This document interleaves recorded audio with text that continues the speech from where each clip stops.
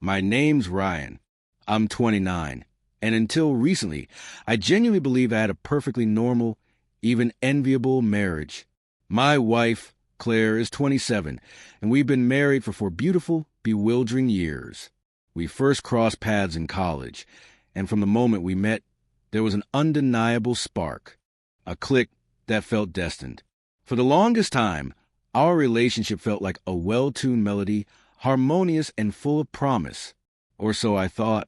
But if you've ever had the dubious pleasure of dealing with in-laws who seem to operate under the firm conviction that they hold the deed to your entire existence, then you understand just how swiftly a good thing can curdle into something unexpectedly sour. Claire's parents, and specifically her mother, Diane, have always possessed a certain assertiveness. In the early days, I casually dismiss it as a quirky trait, a harmless eccentricity. Diane was merely involved. I'd tell myself, a meticulous planner. Yet, as the seasons turned and our marriage deepened, that seemingly innocuous involvement began to twist and contort, slowly, insidiously, into outright control. The first faint whisper of a warning, a subtle shift in the air, arrived during our very first Thanksgiving as a married couple. Diane, with a casualness that now, in retrospect, feels chilling, simply invited herself and the entire sprawling extended family to our modest, newlywed apartment. Her stated reason? She just wanted to see how we were doing. I remember those 2 days vividly. I slaved away in our cramped kitchen, cooking and cleaning until my hands ached and my back screamed in protest, while a convivial throng of relatives lounged about, clinking wine glasses and offering unsolicited critiques of every dish I painstakingly placed on the table. When I finally collapsed onto a chair, utterly spent, Diane leaned over, patted my shoulder with a smile that didn't quite reach her eyes, and declared, "You did okay, Ryan. Next time, though, let Claire handle the important dishes. She has a better touch."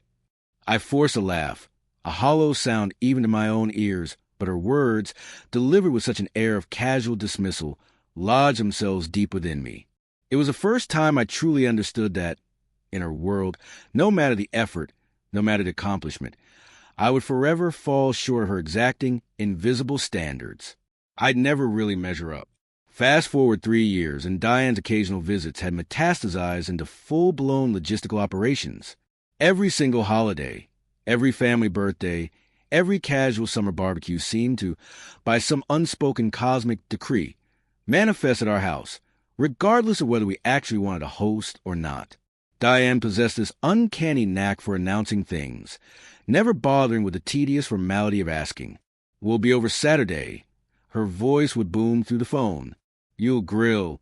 Claire will make dessert, and we'll bring the wine." It wasn't overtly malicious, not with a snarling, villainous intent, but it was relentless, a constant, low-level hum of intrusion that left me feeling like an unwelcome guest in my own home. I tentatively broached the subject with Claire, hoping for some shared frustration, some solidarity, but she'd only sigh, a soft, weary sound that spoke volumes of unspoken battles, and murmur, "It's just easier to let her have her way, Ryan. She'll only get upset otherwise." Things truly began to spiral earlier this summer. Diane called one humid evening, catching me mid-chore, wiping down counters after dinner. I could hear her voice, sharp and brisk, slicing through the quiet evening air, even to the phone speaker. "Ryan," she declared, her tone as commanding as always, "we've decided the end of summer barbecue will be at your place. You'll mow the yard this weekend, make sure the patio furniture is spotless, and host everyone. We're expecting at least 30. I almost dropped the plate I was holding, the porcelain clattering against the countertop. It wasn't a suggestion, not a question. It was a terse, non-negotiable list of orders. I glanced at Claire, my eyes wide with disbelief, expecting her to interject, to challenge this audacious pronouncement, but she merely nodded along, as if this invasion of our privacy and our labor was the most normal thing in the world. I tried to inject some diplomacy, some calm reasoning into the conversation. "That's a lot of people, Diane." I offered, my voice carefully modulated. "Perhaps we could do it at your place this time. It has more space." There was a brief, pregnant pause on the line, followed by a light, tinkling laugh that grated on my nerves like fingernails on a chalkboard. "Oh, Don't be silly, dear, she chirped. Your house simply has more space. And besides, you're younger, Ryan. You can handle the work. And that, infuriatingly, was that. The conversation, from her perspective, was closed. After the call, I turned to Claire, a desperate plea hanging unspoken between us. Do you ever think, I began, my voice barely above a whisper, that maybe we should set some boundaries? Just a few. She hesitated, her fingers fiddling nervously with her phone, her gaze avoiding mine. Then she finally said, she just wants things to be nice. Ryan, can't you just do this for me? That was the first time I truly felt a shift, a chilling realization that it wasn't just Diane I was up against anymore. Claire wasn't just passively agreeing to her mother's whims. She was actively, unequivocally, siding with her. The ground beneath me felt like it was crumbling. A few days later, Diane followed up with a text message, a meticulously detailed list of assignments that felt less like requests and more like decrees. Mow the lawn, make sure it's striped. Power wash the deck. Pick up that specific brand of gourmet hot dog steaks from the specialty butcher. Borrow extra chairs from our notoriously grumpy neighbor. And the final indignity, hire a cleaning service to ensure the bathrooms are absolutely spotless. I stared at the glowing screen for what felt like an eternity. The casual assumption that I would simply drop everything to ensure her party was perfect chafing at my soul. It got under my skin in a way few things had before. That weekend, I found myself sweltering under the oppressive 90-degree summer sun, pushing a heavy lawnmower across our yard, the scent of freshly cut grass mingling with the acrid smell of my own rising resentment. Meanwhile, Diane, a vision of serene supervision, sat regally on our porch swing, a tall, frosty glass of lemonade in hand, her gaze occasionally drifting over me with an air of detached judgment. Claire was inside, diligently concocting various desserts, and I kept waiting, an almost desperate yearning, for her to emerge, to witness the sheer physical toll of labor, to perhaps, just once, take my side. She didn't. Instead, when I finally staggered inside, drenched in sweat, my clothes clinging to me like a second skin, she met me with yet another list. Mom says we should get new citronella candles, she announced, her tone utterly oblivious to my exhaustion. Oh! And she wants the grill scrubbed down before Saturday. It sounds trivial, I know, utterly inconsequential, but at that moment, it felt like death by 1,000 paper cuts. Every time I tried to push back, to voice my growing frustration, I was met with a wall of just this once, or it's not a big deal. But it was a big deal to me. I was working a demanding full-time job, diligently paying a mortgage that kept a roof over our heads, and spending every precious spare weekend playing host a parade of people who barely offer perfunctory thank you. The tension between Claire and me began to coil and tighten, a palpable presence in our quiet home. We'd argue in hushed, strained whispers late at night, after the last car had pulled away and the last guest had departed. I'd voice my profound feeling of being used, of being taken for granted, and she'd invariably respond that I was overreacting. Then came the night before the barbecue, a final, grating straw. Diane called again, her voice crackling with irritation, almost accusatory. Ryan, she snapped, make sure you wear something decent tomorrow. No old T-shirts. This is a family event after all. I gripped the phone so hard my knuckles turned white. My jaw clenched, a quiet fury simmering just beneath the surface. Diane, I said slowly, enunciating each word with deliberate calm. I've done everything on your list. The lawn is mowed. The chairs are set. The grill is sparkling. You don't need to worry. She sniffed disdainfully. I wouldn't have to worry, she retorted, if you took things seriously from the start. I hung up the phone, the silence that descended upon the room heavy and oppressive. I sat there for a long time, staring blankly ahead. Claire looked at me from across the room, her expression guarded. What did she say? She finally asked. I told her, every biting word. And instead of defending me, instead of offering even a flicker of support, she merely sighed, a familiar, resigned sound. She just wants things to go smoothly. Ryan, can't you at least pretend to be on board for me? That was the precise moment something within me snapped. Not with a shout, not with an explosion of anger, but quietly, completely, irrevocably. I smiled a strange, chillingly placid smile and said, "Of course. I'll make sure everything is absolutely perfect." Inside, though, my decision was already made. I was done. Done playing the dutiful, obedient son-in-law. And that, as they say, is where things really started to get interesting. The next morning, I awoke before dawn, a peculiar concoction of profound calm and simmering resentment churning in my chest.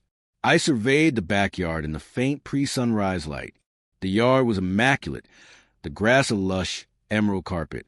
The fridge hummed with the exact brand of gourmet steaks Diane had specified, and the coolers, gleaming from their recent power wash, were already packed to the brim with ice.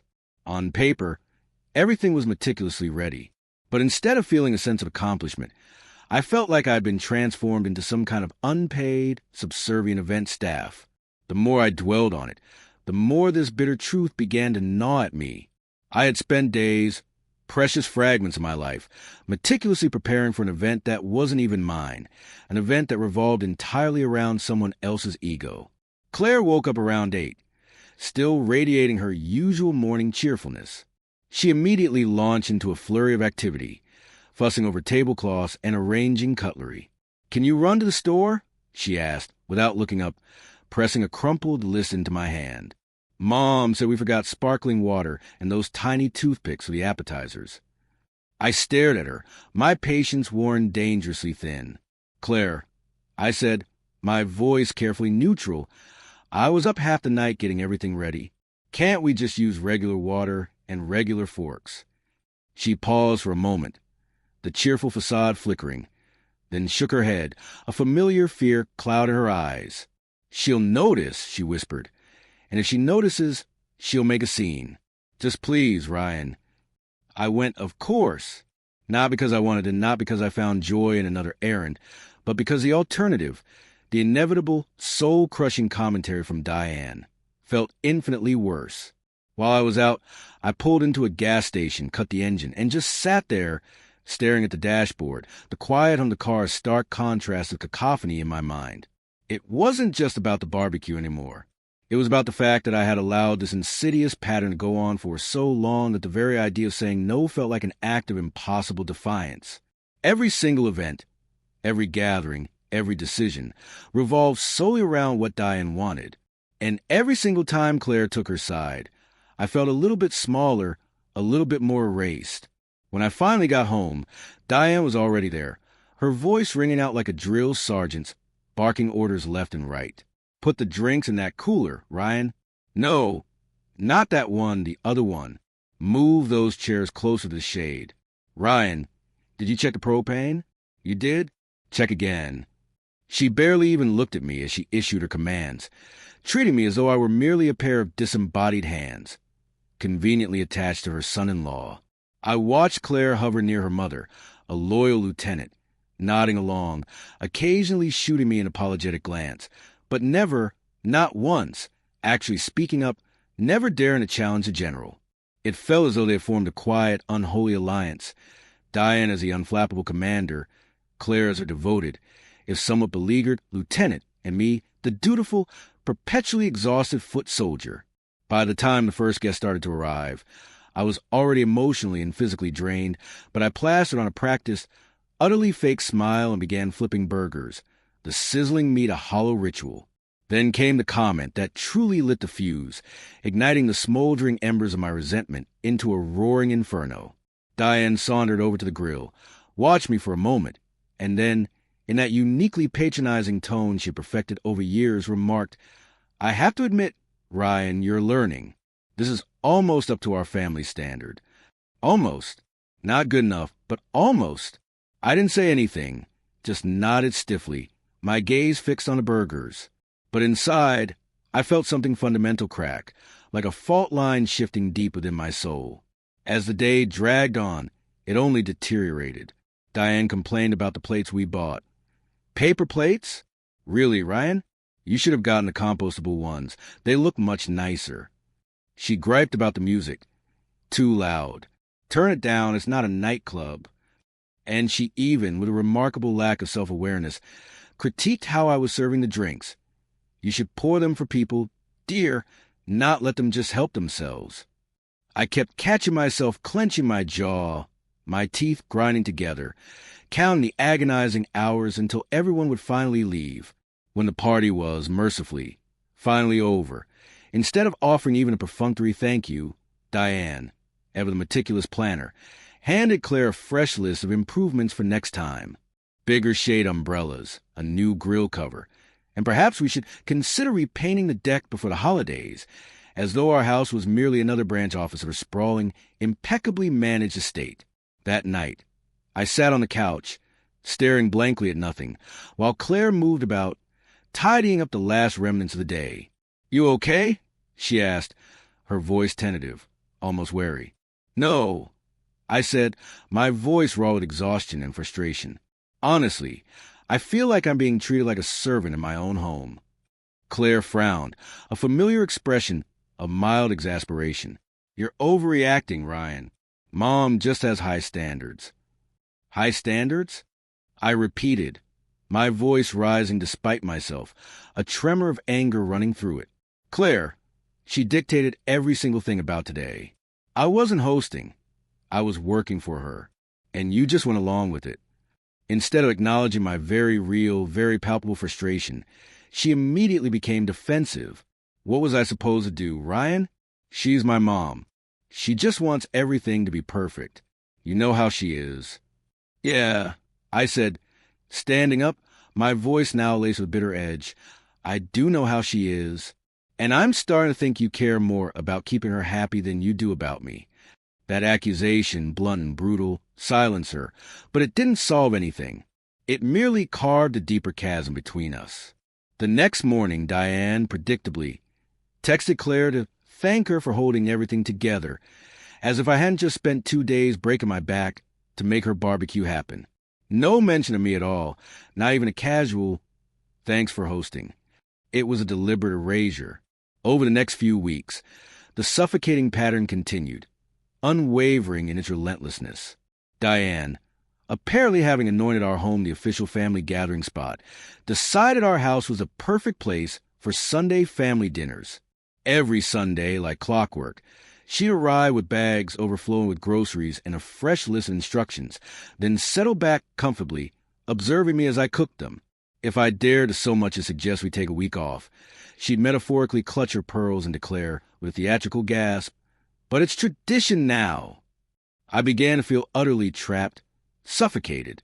My own home, the sanctuary where I was supposed to find peace and solace, had been transformed into Diane's personal, perpetually open event hall. Claire, meanwhile, seemed utterly blind to it all. Or perhaps she simply didn't want to admit how much of our lives, how much of our precious autonomy, we had ceded to her mother. I started staying late at work, lingering over tasks, doing anything to avoid being home when Diane was there, the quiet desperation growing within me, the true tipping point. The catalyst that would set everything in motion arrived on a Friday night. Claire came home, her face alight with a wide, innocent grin. "Mom has a great idea," she chirped. "We're going to host Labor Day at our house, and she invited her church group this time. It'll be about 40 people." I just stared at her, the number 40 echoing like a gunshot in my mind. "She said it'll be fun," Claire added brightly, completely oblivious to the dawning horror on my face, as if I should be positively thrilled. She handed me a printed sheet, a meticulously bullet-pointed checklist of tasks. Rent extra tables in the local hall, prep a welcoming speech for everyone. The list read, a speech for people I barely knew. That night, sleep was an impossible luxury. I lay in bed, staring at the ceiling, feeling an immense, crushing weight in my chest. It wasn't just the party itself. It was a crushing realization that Claire hadn't even asked me. It was that Diane felt so profoundly entitled to my time, my house, my labor, that she could simply volunteer me for whatever whim struck her. The next morning, Diane called, her voice delivering orders in that familiar, sharp tone that always made me feel like a child being scolded. "You'll mow, clean, and host. No arguments," she snapped, a finality in her voice that brooked no dissent. Claire was standing right there, and With a quiet, almost imperceptible nod, she murmured, "Mom's right." I smiled then, but it wasn't my usual tired, polite smile. This time it was different. Calm, cold, a smile born of icy resolve. "Of course," I said, my voice smooth, even. "I'll make sure everything is perfect." But as soon as they left the room, the door clicking softly shut behind them, I began to plan something very, very different.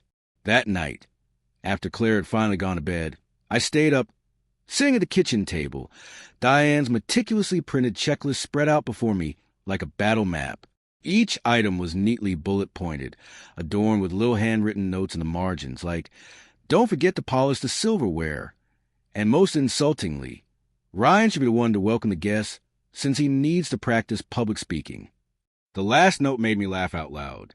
Not the good kind of laugh, the kind that bubbles up from genuine amusement, but the kind you make when you're too profoundly angry to even be mad anymore. Practice public speaking. This wasn't a corporate conference. It was my backyard. I stared at that piece of paper for what felt like an hour, the fluorescent kitchen light casting a harsh glow on the damning words. And the longer I looked, the clearer it became. This wasn't just about a barbecue anymore. This was about control, about Diane running our lives, pulling our strings all the way from her comfortable living room. And it was about Claire being so utterly conditioned to go along with it, so deeply entrenched in the cycle, that she didn't even seem to comprehend the immense burden she was asking me carry. I realized something ugly, something profoundly disheartening. Claire wasn't going to stop this cycle, not unless I did something drastic, something that would shake the very foundations of their complacent arrangement. The next day, I tried to talk to her again, a final, desperate attempt at reason. "Claire," I began, my voice deliberately gentle, "I don't think I can do this barbecue." She looked at me as if I had just announced my intention to set our house on fire. "What do you mean you can't do it?" she sputtered, her eyes wide with disbelief. "Mom already sent out invitations." "That," I said, my voice firming, "is exactly the problem. She's making decisions for us without even asking, and you keep letting her. This is supposed to be our home, Claire, not her personal clubhouse."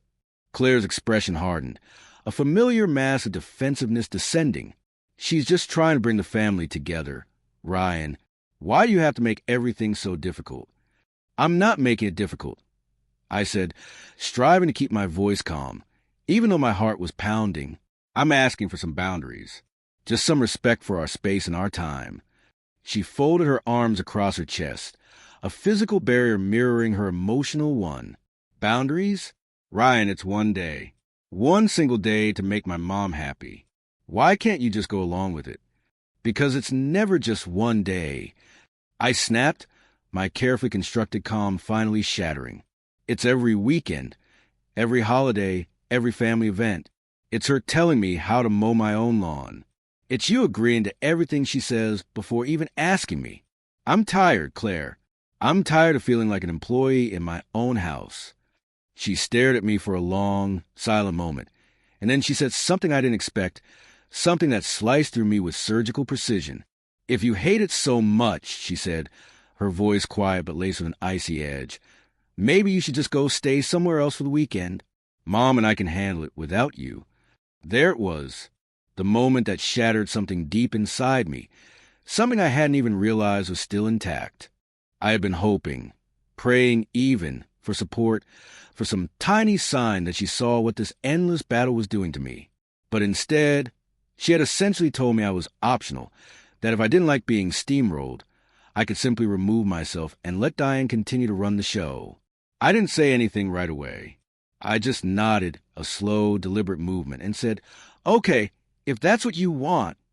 But inside, my decision was made, sealed with a grim finality.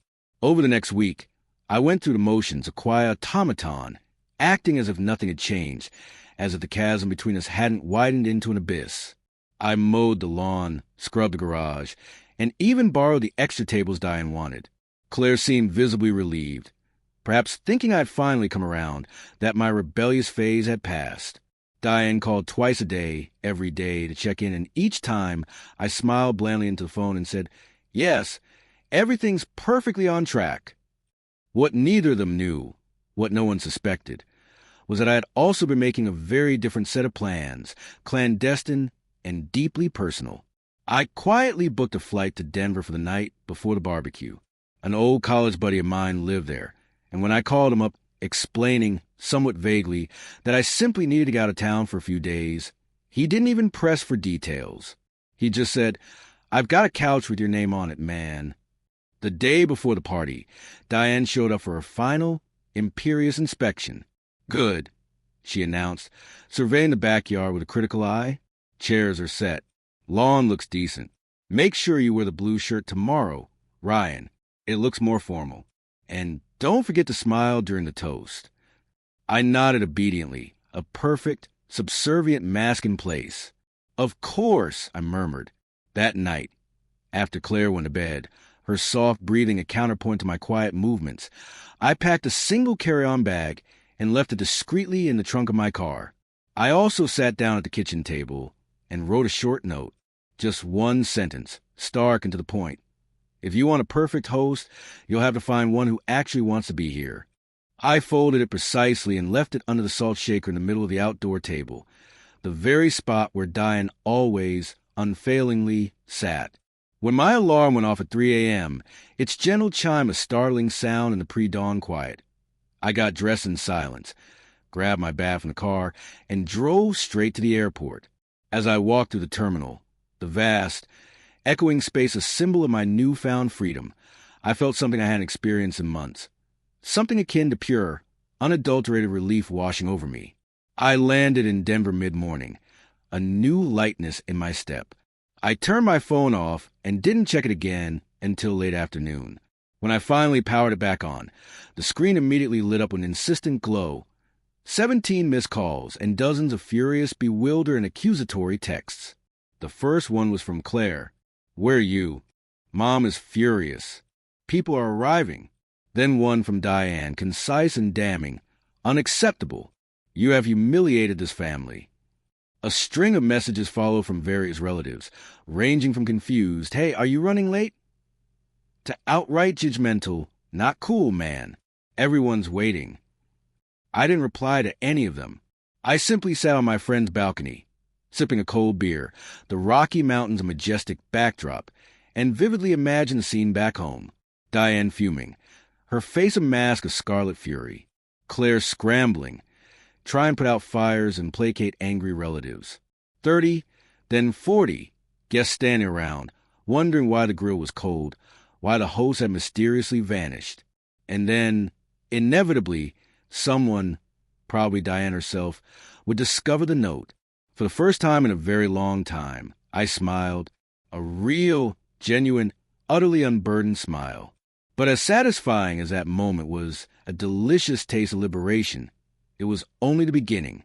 Because when I finally flew home 2 days later, walking into a house that was eerily, unnervingly quiet, what happened next would turn this entire situation into something much, much bigger than I had ever planned.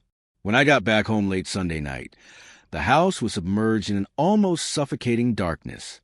There were no telltale leftover party plates scattered on the counters, no lingering scent of grilled food, no familiar sound of Claire humming softly as she tidied up. The entire place was spotless, almost eerily so, as if the entire tumultuous weekend had been scrubbed away, erased without a trace. I set my single bag down by the door, the small thud echoing the oppressive quiet, and stood there for a long time, just listening to profound silence. Claire eventually emerged from the bedroom, her face pale and unreadable, an opaque mask. She didn't yell, didn't scream. In a strange way, I think that would have been easier, a cathartic release. Instead, her voice was quiet, dangerously calm, each word carefully placed. "You really left?" she said, her gaze fixed on mine, unwavering. "Yes," I answered simply, without elaboration or apology. She nodded once, a slow, deliberate movement, almost as if she had expected me to say precisely that. "Do you know what that was like for me?" she asked, her voice beginning to crack, the carefully constructed calm starting to fray. 40 people showed up, Ryan. 40. Mom was humiliated. I was humiliated. Everyone kept asking where you were. Do you have any idea what I had to tell them?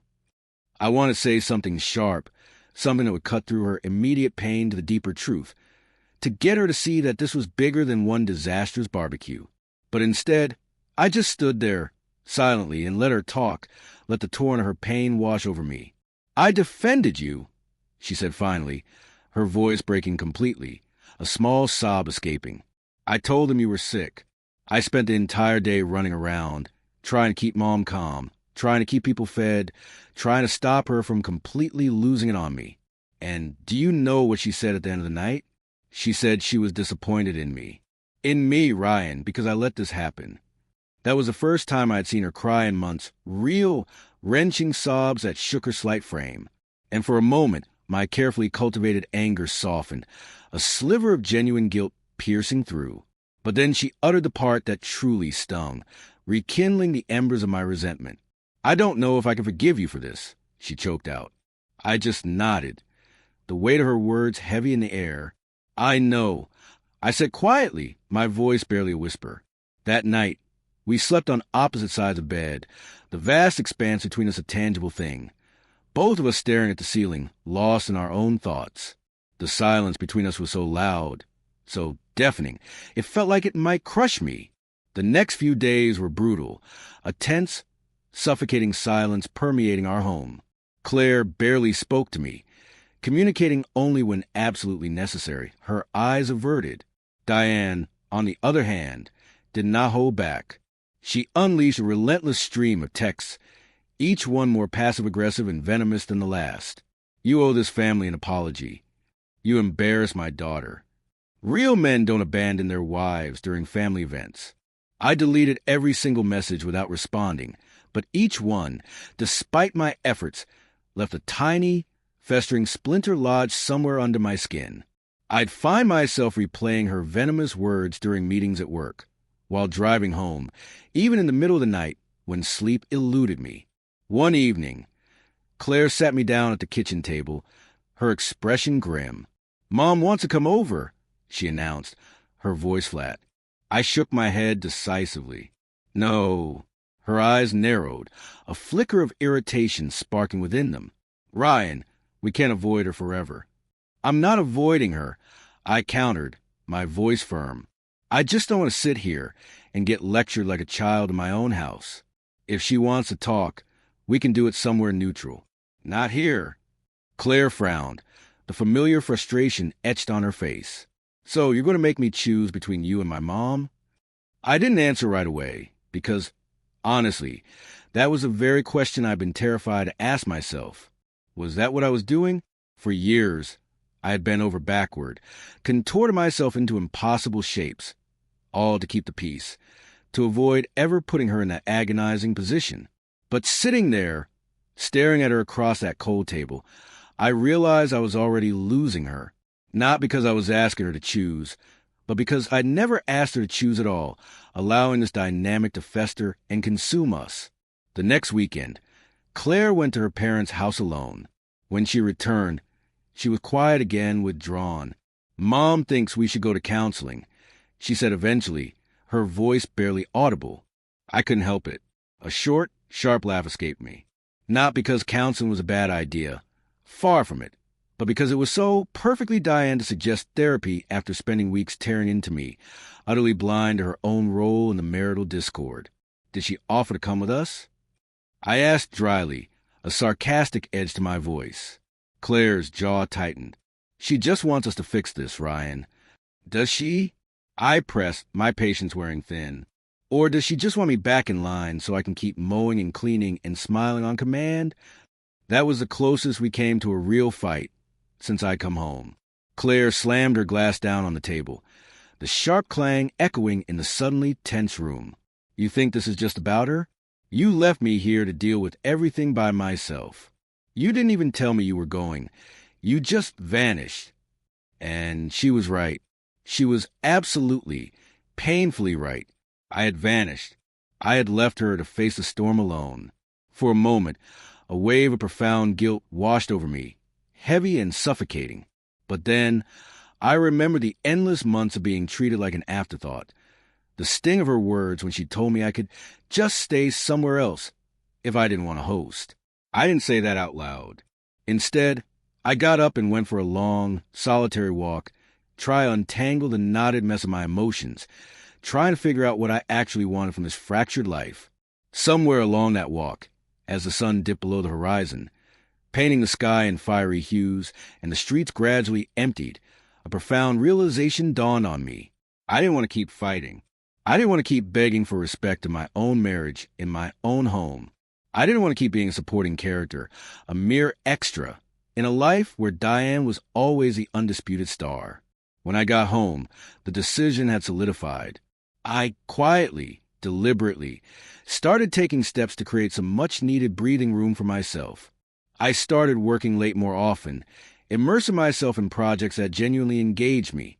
I joined a gym and committed to spending an hour there every single night after work, channeling my frustrations into physical exertion. On the weekends, instead of passively waiting around for the next inevitable family event to be dictated, I started hiking, reconnecting with old friends, doing anything that got me out of the house, anything that was my choice. And something strange, something wonderful began to happen. I started to feel lighter. The constant, crushing weight on my shoulders began to ease. The tight, unyielding knot in my chest loosened its relentless grip. Claire noticed, of course. "You seem distant," she said one evening, her tone laced with a hesitant uncertainty. "I'm just taking some time for myself." I told her, my voice calm, even. It wasn't a lie. I was taking time for myself, reclaiming pieces of my fractured identity. Then, about 2 weeks later, Diane called Claire while I was sitting quietly in the living room, ostensibly reading. I could hear every word, perfectly, distinctly. Diane wasn't exactly known for her hushed tones. Labor Day was a disaster, Claire. Her voice boomed through the receiver. An absolute catastrophe, if you want to salvage our reputation. Thanksgiving needs to be perfect. And this time, she added, her voice dropping to a menacing whisper, don't let Ryan mess it up.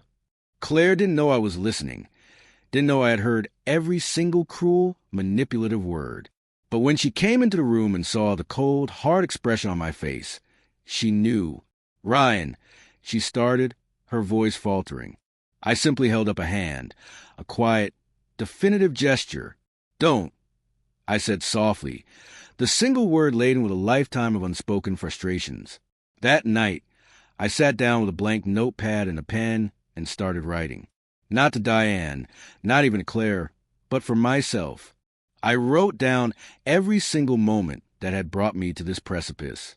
Every barking order, every holiday hijacked, every patronizing critique, every time I'd been told to just go along with it. Seeing it all laid out in stark black and white, a chilling chronicle of my slow erosion, was profoundly sobering. It also gave me an extraordinary clarity. I realized, with an almost visceral certainty, that I couldn't keep living like this. If I wanted my home back, if I wanted my marriage back, if I wanted myself back, something far bigger had to change.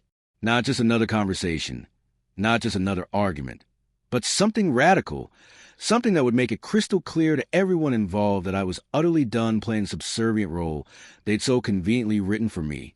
And as I sat there, the blank pages inviting my resolve, an idea, still nascent, still unformed, began to take shape. It wasn't fully articulated yet, not quite, but it had teeth. Over the next month, something profound began to shift inside me. It wasn't a loud, dramatic explosion of change at first. No screaming arguments, no slamming doors, just a slow, deliberate reclaiming of my precious time and dwindling energy. I threw myself into my work with a renewed intensity, a passion I hadn't felt in years. Instead of dragging myself through each day, burdened and resentful, I started volunteering for projects I actually wanted to work on, the challenging ones that made my mind on with engagement, the ones that made me excited to wake up in the morning again. My boss, a shrewd but fair man, noticed a palpable change. "Whatever you're doing, Ryan, keep doing it," he remarked during one of our one-on-ones, his eyes alight with approval. "Your numbers are up. Your team seems more engaged. If you're interested, there might be a leadership role opening soon." That conversation, Those quiet words of recognition ignited something in me I hadn't felt since before I got married. Ambition, not the desperate, frantic kind designed to prove myself to my impossibly demanding in-laws, but the quiet, steady kind, the kind that builds momentum, rooted in genuine achievement and self-worth. I started waking up earlier, going to the gym before work, actually eating a proper breakfast like a functioning, well-adjusted adult. My friends noticed, too. One of them, whom I hadn't seen since college, clapped me on the back during a chance encounter. "Man, you look different," he observed, his brow furrowed in pleasant surprise. "Happier even. What changed?" "Boundaries," I said simply, a small, knowing smile playing on my lips. At home, Claire couldn't ignore the subtle but undeniable changes either. She was cautious at first, almost wary, like she was waiting for me to suddenly blow up again, to unleash a torrent of pent-up resentment. But I didn't. I remained calm, composed, unshakable.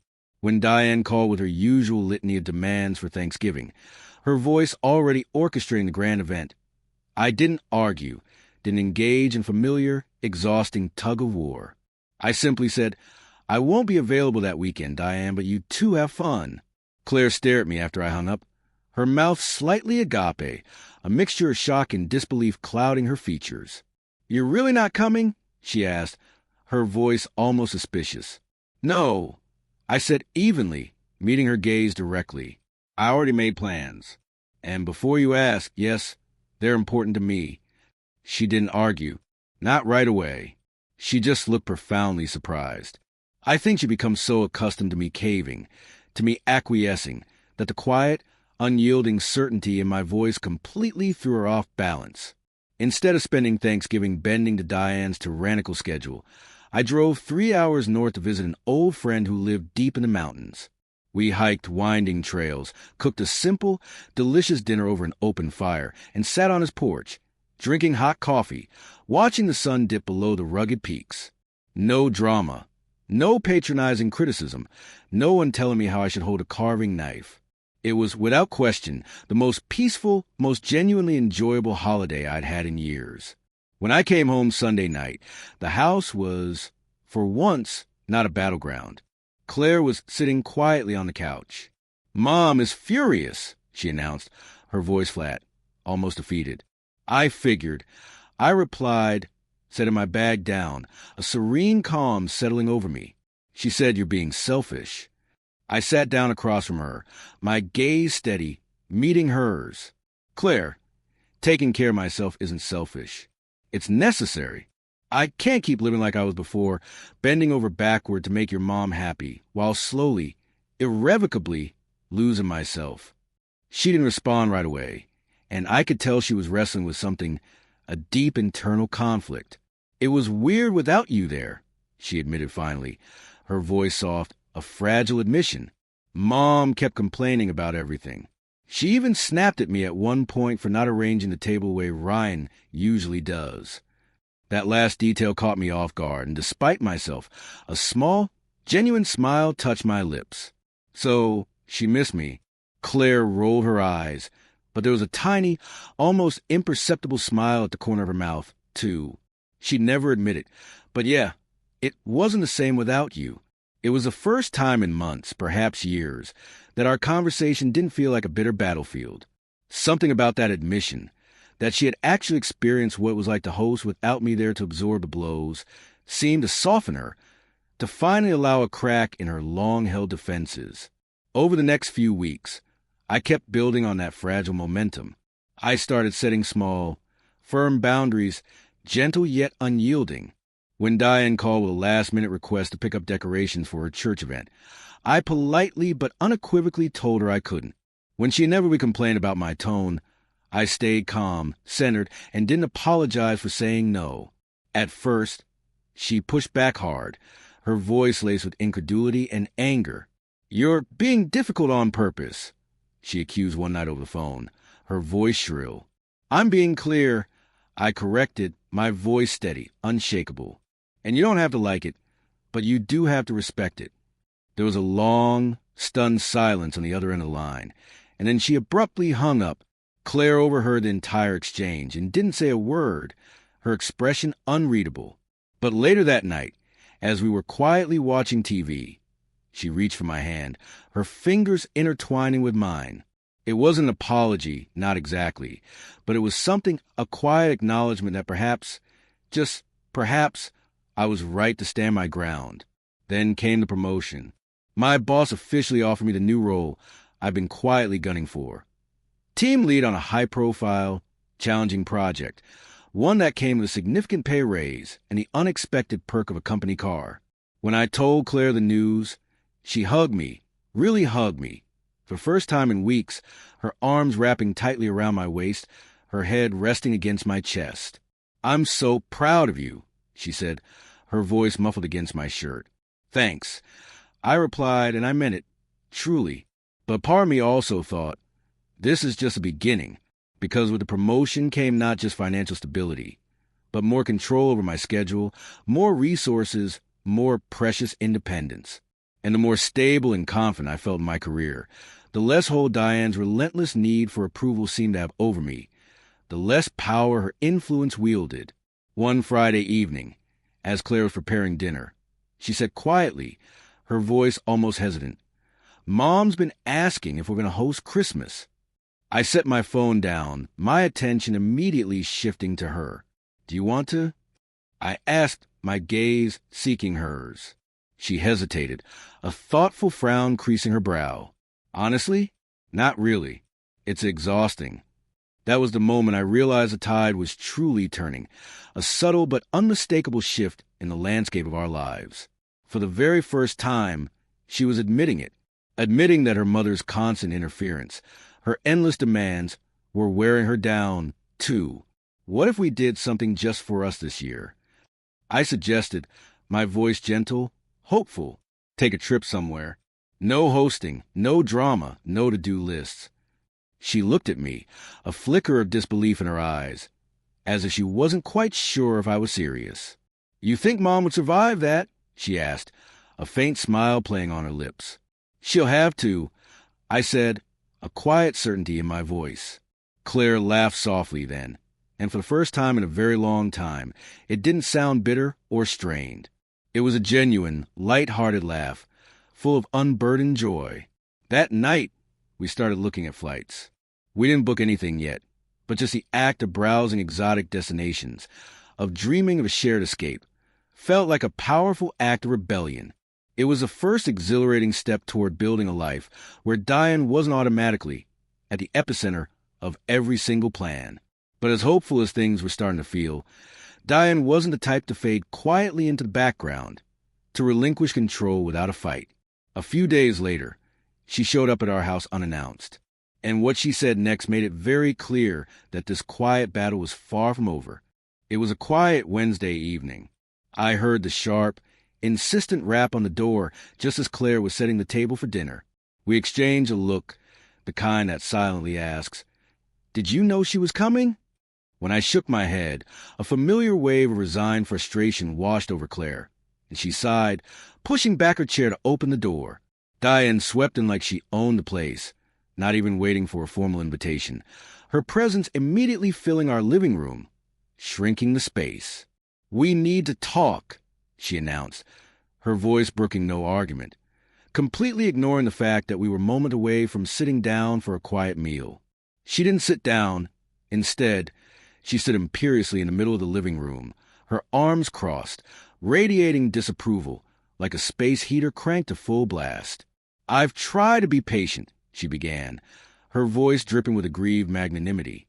"I've tried to let you have your little phase, Ryan, but this has gone far enough.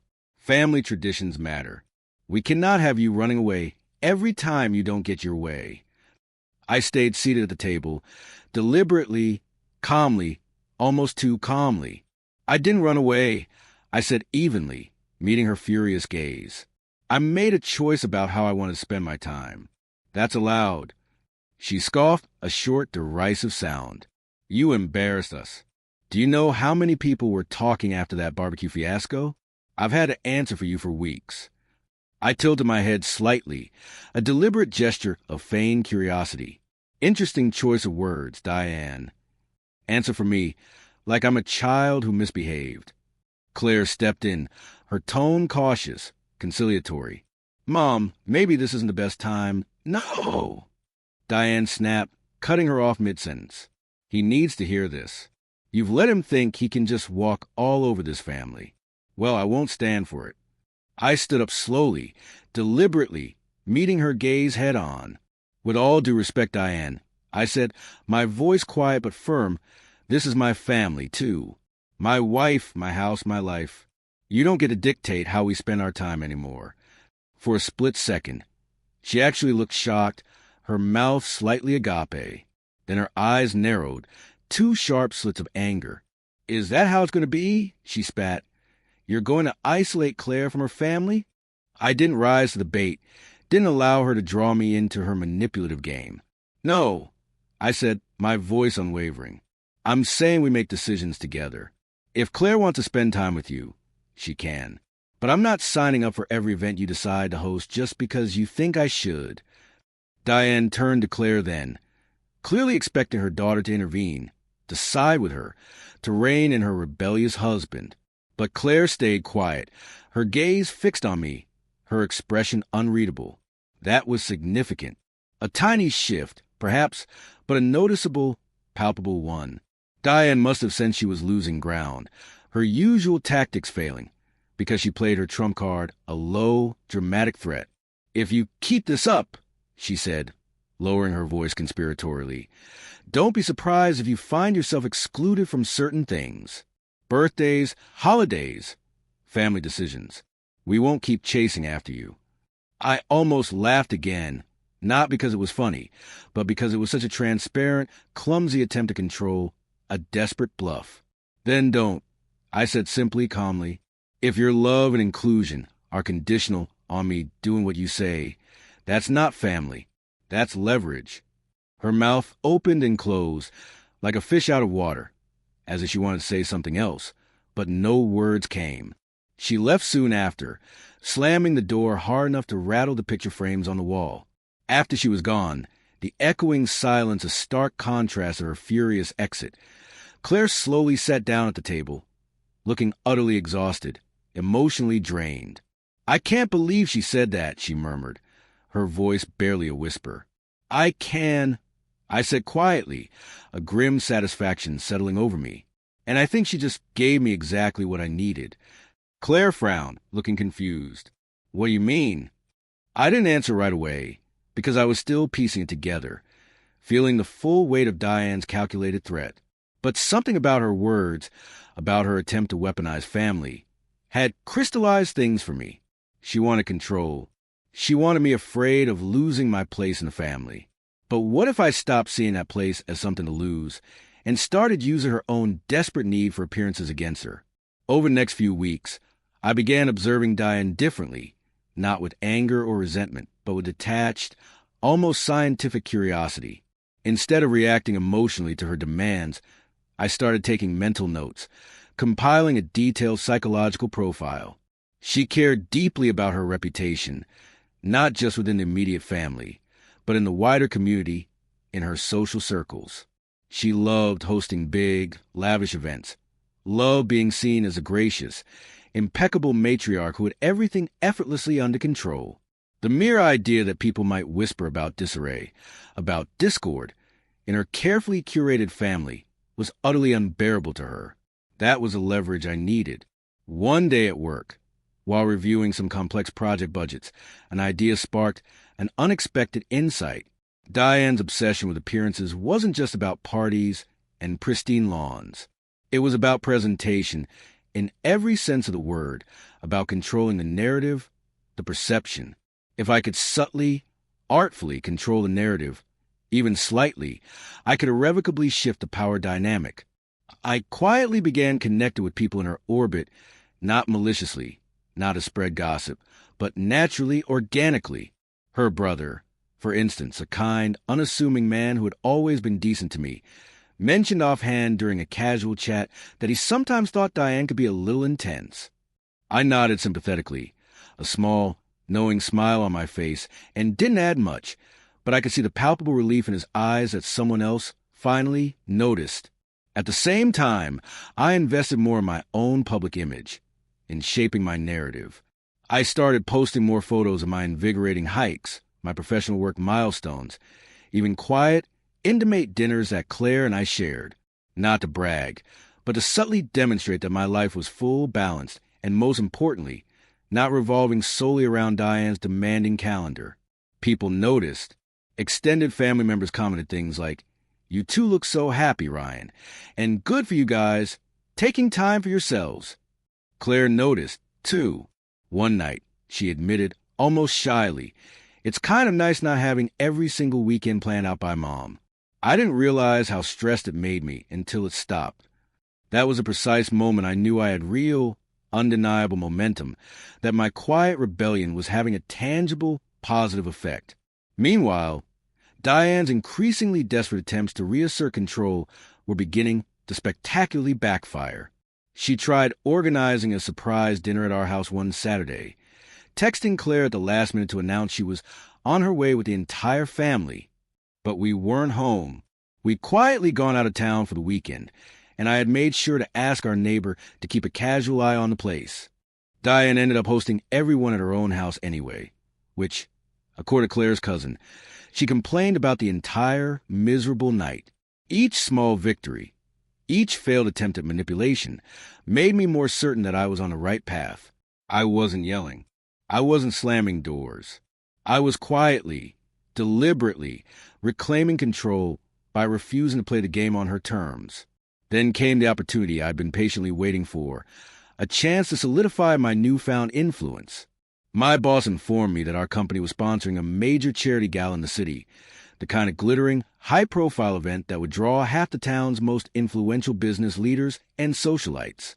He asked me if I'd be willing to attend as part of the company's official delegation. I didn't have to think twice. This was my chance, my moment, to cement my growing confidence, to place myself firmly in a space where people saw me as more than just someone's son-in-law, more than just a convenient pair of hands. The night of the gala, I wore the sharpest suit I owned, tailored perfection, and walked in feeling like an entirely different man. I worked the room with ease, shaking hands, engaging in genuine, stimulating conversations with people who respected me for my work, for my intellect, not for my ability to meticulously scrub a patio before a party. I even ended up on stage briefly when our company's innovative new project was mentioned for a prestigious award. And because life, in its infinite wisdom, often possesses a wry, darkly humorous streak, guess who happened to be at the very same gala? Diane. She spotted me halfway through the evening, her eyes widening in undisguised surprise, her perfectly coiled head tilting in disbelief. "Ryan," she uttered, clearly not having expected to see me there, much less in such a prominent, respected capacity. I smiled politely, a cool, detached smile. "Evening, Diane. Lovely event, isn't it?" She looked me up and down, her gaze sweeping over my impeccably tailored suit, the official badge with my company's name prominently displayed, the small, distinguished group of people I'd just been speaking with. I could see it clearly, vividly, in her subtly unsettled face, the dawning realization that I existed in a world entirely outside of hers, a world where I was respected, connected, and influential on my own merits.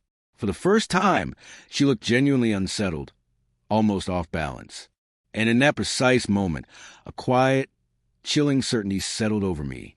I knew I had her right where I wanted her, because now I had something she couldn't control. Influence. I didn't act immediately. That was the key, the subtle art of measured retribution. Patience. Revenge, if you could call it that, works best when it's carefully calibrated, not rushed or impulsive. After the gala, I allowed a few days to pass.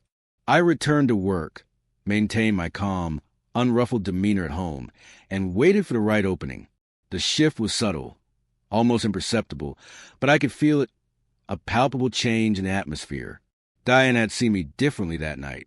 She hadn't said much when we bumped into each other, but the look on her face had communicated everything. I wasn't just a son-in-law who reluctantly mowed the lawn anymore. I was someone she couldn't quite categorize, couldn't quite box in. That realization unsettled her, and I could almost sense her frantic recalculating. The next week, Claire told me her mom had been surprisingly quiet lately. No endless checklists, no surprise visits, no imperious demands for weekend plans. I simply nodded, a quiet understanding in my eyes, but didn't offer any comment. I wanted Diane to wonder, to stew, to ponder what, if anything, I might be planning. And she did. A few days later, I put my carefully constructed plan into motion. Thanksgiving was rapidly approaching, and I knew, with absolute certainty, that Diane wouldn't be able to resist making a grand, over-the-top production. Sure enough, she eventually called Claire and announced, with her usual air of supreme authority, that the entire extended family would be gathering at our house. Of course, this time, I didn't argue. I said yes. Claire blinked at me in surprise, her eyes wide with disbelief at my easy acquiescence. "Really?" she asked, her voice almost suspicious. "Really?" I said, a slow, calm smile spreading across my face. "But I have one condition. I handle the invitations." Diane hesitated when Claire relayed that message, a long, pregnant pause on the line, but eventually grudgingly agreed, probably because she didn't want to risk me backing out again, plunging her cherished holiday into another disaster. That was exactly what I was counting on. Instead of sending out formal and personal invitations, I made personal calls to each and every family member. Diane's siblings, her cousins, even her close church friends. I didn't badmouth Diane, didn't whisper a single word of complaint or negativity. I simply told them how incredibly excited we were to host, how we've been working on a new, exciting menu, how we were keeping it casual and fun this year, emphasizing a relaxed, joyful atmosphere. I stressed that there'd be plenty of delicious food, an abundance of drinks, and ample space for everyone to simply relax and enjoy themselves, and that I couldn't wait to see them. By the time Thanksgiving week rolled around, the buzz was palpable, almost electric. People were actually excited to come, genuinely looking forward to it. And for once, that excitement, that positive anticipation, was unmistakably being associated with me, not Diane. On the morning of the big day, I was up before dawn, calm, focused, and utterly devoid of the usual pre-party dread. I had quietly, strategically, hired a small, discreet catering service to handle the bulk of the food, something I paid for myself meticulously, without asking Diane or Claire for a single dime. When the catering staff arrived, I directed them with quiet authority, making sure everything was set up beautifully, elegantly. Tables were artfully arranged on the lawn. Subtle heaters were strategically placed in case of a late autumn chill, and soft, understated music played gently in the background. Claire watched me work with a mix of confusion and something akin to admiration. "You've never looked so relaxed before a family event," she observed, her voice tinged with wonder. "Because this time," I replied, meeting her gaze, "it's on my terms." When Diane arrived, her expression was quite simply priceless. She had clearly expected to walk into a scene of utter chaos, ready to sweep in and save the day, to assume her accustomed role as the indispensable matriarch. Instead, she found everything impeccably arranged, perfectly in place, without any of her involvement, without any of her precious input. "Ryan," she said slowly, looking around, her eyes wide with a mixture of disbelief and grudging respect. You did all this?" "Yes," I said simply, a small, knowing smile playing on my lips. She looked genuinely unsettled, almost off balance, the power subtly shifting beneath her feet. "And you didn't even ask for my help?" "No," I said, my smile widening just a fraction. I want to make sure this was enjoyable for everyone, including Claire and me. Family members started arriving soon after, and I made a point to greet each one personally, warmly. I shook hands, offered drinks, and engaged in casual, friendly conversation. People complimented the exquisite setup, the delicious food, the tasteful music. "You've outdone yourself, Ryan," one of Diane's cousins said warmly, genuinely. "This is the best Thanksgiving we've had in years." I caught the look on Diane's face when she overheard that. A flicker of something that looked like pride, quickly mingled with something else entirely. Frustration, perhaps, because she wasn't the one orchestrating it, wasn't the one basking in the accolades. Throughout the evening, I remained calm, friendly, and perfectly, subtly in control. When Diane tried to correct the seating arrangement. I gently but firmly told her it was already taken care of. When she suggested a different playlist, I smiled and said, I think we'll stick with what we've got. Everyone seems to be enjoying it. The more I confidently asserted myself, the more the family, instinctively, began to look to me as the host, as the center of gravity for the evening. And slowly, subtly, I watched Diane's iron grip on the room loosen, dissolve. The final, quiet blow, delivered with precision and grace, came during dinner. I stood up to give a short toast. Nothing dramatic, nothing theatrical, just a sincere thank you to everyone for coming and a few heartfelt words about gratitude. But I made sure to say something that hit home, a gentle but unmistakable truth.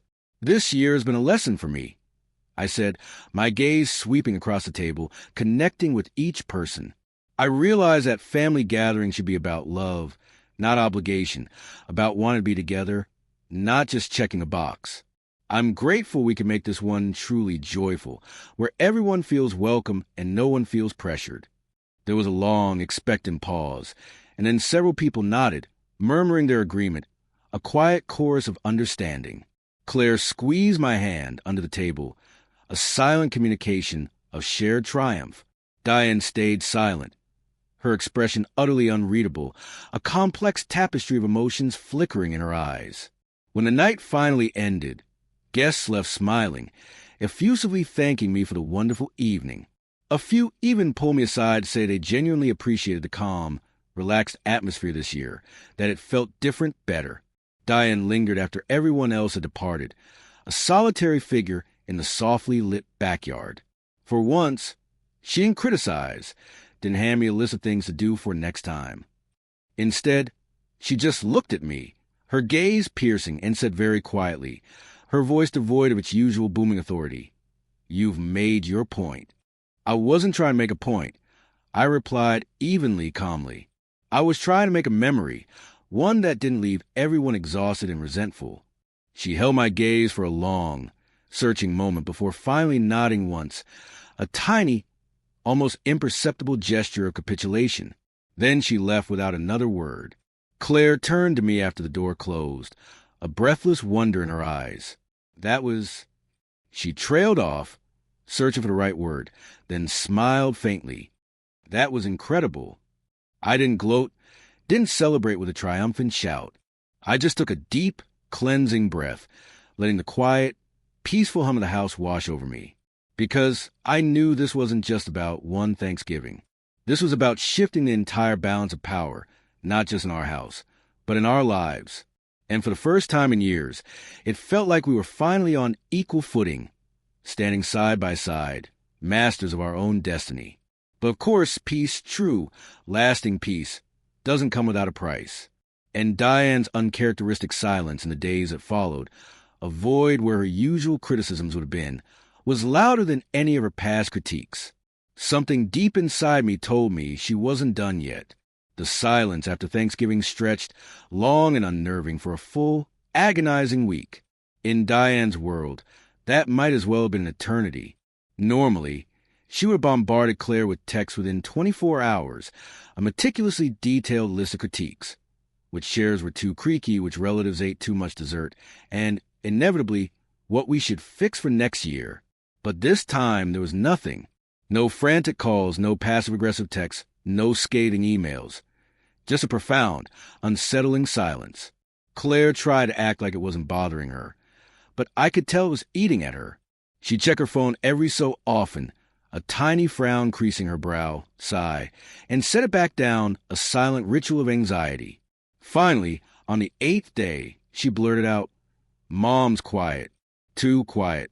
She's thinking," I said calmly, a quiet certainty in my voice. "Thinking about what?" Claire asked, exasperated. "About the fact that the family had a great time without her micromanaging," I replied, a small, knowing smile playing on my lips. Claire looked skeptical, still bound by years of ingrained patterns. "You really think that got through to her?" I shrugged.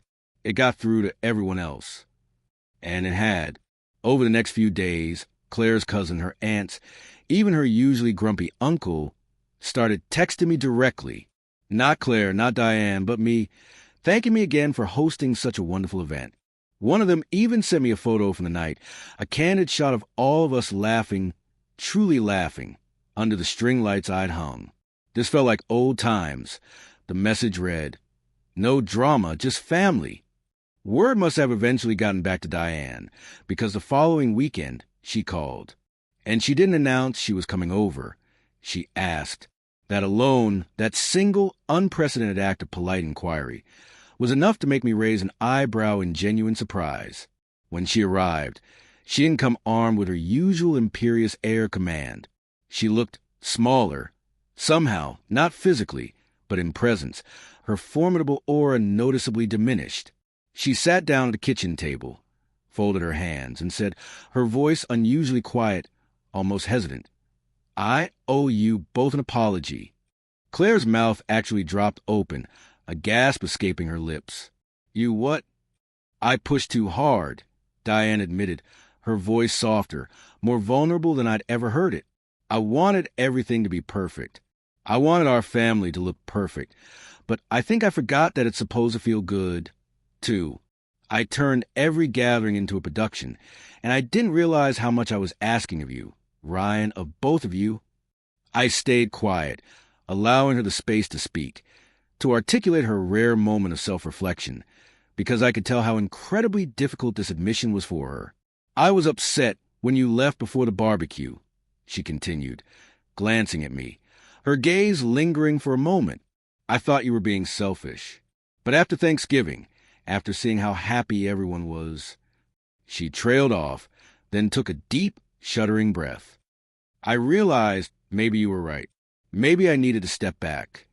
For a moment, the room was completely silent, the weight of her words hanging in the air. Then Claire, her eyes shining with unshed tears, reached across the table and gently put her hand on her mom's. "Mom," she whispered, her voice thick with emotion, "we just want to enjoy time together, not feel like we're auditioning for something every time we have dinner." Diane nodded, blinking quickly, clearly trying to hold back her own tears. "I understand," she said, her voice cracking slightly, "and I want to try to do better." I didn't gloat, didn't rub it in, didn't add any cutting remarks. I just said, "Thank you for saying that, Diane. It means a lot." And it did, not because I needed her approval, not anymore, but because for the first time since I married into this complex, often frustrating family, I felt like we might actually have a genuine chance at peace, at a true unburdened connection. After that conversation, things truly began to shift, to heal, to find a new equilibrium. Diane still called, but less frequently and noticeably, not with lists of demands or thinly veiled instructions. Sometimes she just wanted to talk, to catch up, to share mundane details of her day. When Christmas rolled around, she asked, she didn't tell, if we wanted to host. When we said we were taking a short trip together instead, she simply said, "Have a wonderful time," and remarkably, she genuinely meant it. Claire and I grew closer, too, our bond strengthening with each passing day. Without the constant tug-of-war over her mom's demands, without the external pressures, we started spending more time doing things we both genuinely enjoyed. Going to the farmer's market on weekends, discovering new recipes to cook together, even meticulously planning that mountain trip we'd talked about months earlier, a cherished dream finally coming to fruition. And when we finally went on that trip, I remember sitting on the porch of our rustic cabin one crisp morning, a mug of steaming coffee in hand, watching the sunrise paint the rugged mountain peaks in hues of gold and rose. Claire sat next to me, her head resting comfortably on my shoulder, and said softly, almost reflectively, "You know, if you hadn't done what you did, nothing would have changed." I nodded, a quiet understanding passing between us. "I know. You scared me, though," she admitted, her voice tinged with the memory of that raw fear. "When you left, I honestly thought you were done with me, done with us." "I wasn't done with you," I said gently, tightening my arm around her. I was done with living like that. But I knew if I just kept complaining, if I didn't act, we'd stay stuck forever. I had to show you what I needed, what I wouldn't tolerate anymore. She was quiet for a long moment, then smiled faintly, a beautiful, Genuine smile. You know, Mom actually told me she's proud of how you handled Thanksgiving. Said you were a real host. I couldn't help but laugh. A warm, heartfelt sound. Better late than never, I suppose. When we got home from that rejuvenating trip, I found Diane had left a small gift on our porch. A beautifully potted plant, vibrant and green, with a small, handwritten note tucked into the soil. For your home, it simply read. No strings attached. I stood there for a long time, holding that simple note, its words echoing with profound significance. And for the first time in years, I felt completely, utterly at ease. This wasn't just about winning. It wasn't about proving Diane wrong, or about some petty act of revenge. It was about taking back my life, about reclaiming my marriage, about finally, truly owning my home. And knowing I'd done it in a way that no one, not even Diane, could twist into an act of spite or rebellion. As I carefully placed the plant on the windowsill, its verdant leaves catching the afternoon light, I turned to Claire and said, a profound contentment in my voice, "You know what the best part is?" She smiled, her eyes crinkling at the corners. "What?" I looked around our quiet, peaceful living room, then back at her, my heart full. This house finally feels like ours.